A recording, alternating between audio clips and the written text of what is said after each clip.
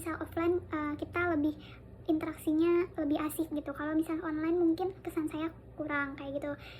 Jadi mungkin hal berkesan lainnya yaitu terima kasih banyak kepada dosen saya sudah mengajarkan banyak hal tentang menggunakan aplikasi untuk media pembelajaran kita sebagai guru nantinya. Terus juga kita banyak belajar tentang dunia teknologi, cara menggunakan aplikasinya seperti apa kayak gitu. Nah, untuk pertanyaan selanjutnya yaitu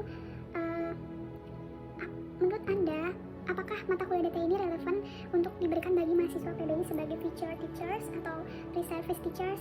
Nah, menurut saya secara pribadi, mungkin masalah relevan atau enggaknya itu balik ke masing-masing diri sendiri. Ada yang enggak, ada yang tidak, ada yang iya ataupun tidak, itu balik ke diri sendiri. Mungkin karena saya secara pribadi itu relevan dan sangat berguna gitu.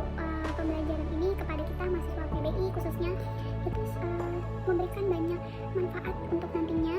Saya sebagai guru, saya jauh banyak mengetahui tentang aplikasi, cara menggunakannya, cara mengaplikasikannya, cara membuat sebuah materi itu seperti apa di dalam aplikasi itu. Nah, kayak gitu. Untuk pertanyaan selanjutnya yaitu apa yang menjadi program atau proyek andalan selama mengikuti mata kuliah DPR? Proyek andalan saya yaitu proyek kelompok pastinya, yaitu mengerjakan Google Classroom, terus juga mengerjakan storyboard atau mengerjakan tablet. Nah, pertanyaan selanjutnya yaitu aktivitas pengembangan media pembelajaran. Yang paling menantang menurut saya yaitu Voki sama Audacity sama itu aja. Terus lanjut ke pertanyaan selanjutnya itu pilih 3 software atau aplikasi yang menurut Anda paling bermanfaat. Yang paling bermanfaat menurut saya yang pertama Google Classroom, yang kedua itu storyboard, yang ketiga itu Voki, itu juga menurut saya berguna banget, dan yang terakhir juga bisa dimasukin Audacity, itu juga penting. Untuk pertanyaan selanjutnya itu dari saya sendiri tidak ada masukan atau tidak untuk aplikasi atau software yang ingin disampaikan. Untuk pertanyaan selanjutnya yaitu mengapa persepsi terhadap mata kuliah ini. Nah, secara pribadi itu persepsi saya karena kita perkuliahan benar-benar full online, jadi saya rasa saya orang yang tidak terbiasa belajar menggunakan online, jadi saya udah terbiasa offline gitu, tatap muka, dan juga harus membutuhkan sebuah modul atau buku sebagai gagasan utama saya belajar seperti itu.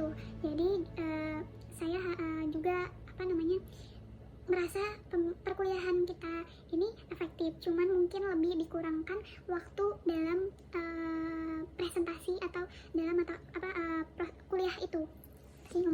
Untuk pertanyaan selanjutnya yaitu menanyakan terkait persepsi terhadap mata kuliah ini. Secara pribadi itu persepsi saya karena kita perkuliahan benar-benar full online, jadi saya rasa saya orang yang tidak terbiasa belajar menggunakan online, jadi saya udah terbiasa offline gitu, tatap muka, dan juga harus membutuhkan sebuah modul atau buku sebagai gagasan utama saya belajar seperti itu. Jadi saya juga merasa perkuliahan kita ini efektif, cuman mungkin lebih dikurangkan waktu dalam. Untuk pertanyaan selanjutnya yaitu menanyakan terkait persepsi terhadap mata kuliah ini. Secara pribadi itu persepsi saya karena kita perkuliahan benar-benar full online, jadi saya rasa saya orang yang tidak terbiasa belajar menggunakan online, jadi saya udah terbiasa offline gitu, tatap muka, dan juga harus membutuhkan sebuah modul atau buku sebagai gagasan utama saya belajar seperti itu. Jadi saya juga merasa perkuliahan kita ini dan persepsi lainnya juga terkait materi yang diajarkan juga menurut saya sangat berguna dan sangat bermanfaat kepada saya, khususnya juga mahasiswa yang lainnya, untuk mengetahui media atau aplikasi yang kita bisa aplikasikan nantinya kepada siswa-siswa nanti seperti itu.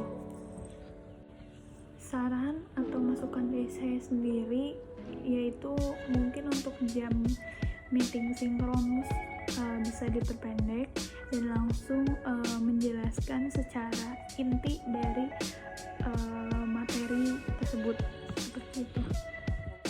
Dan yang terakhir, untuk penilaian antar teman, saya menilai secara objektif ya. Jadi langsung aja untuk penilaian Nisha itu 1 sampai 100 saya beri nilai 95. Untuk Ucil 1 sampai 100 97, dan Wanda 1 sampai 100 saya berikan nilai 93. Itu berdasarkan nilai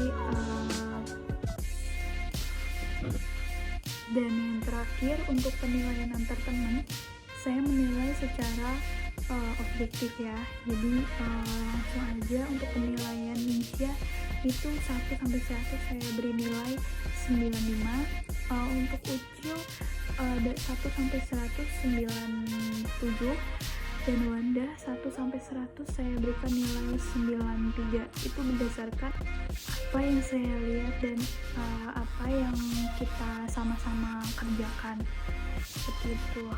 Nah, mungkin itu saja yang saya bisa sampaikan. Kurang dan lebihnya mohon dimaafkan, atau hal-hal kata-kata saya yang kurang berkenan juga mohon dimaafkan. Terima kasih.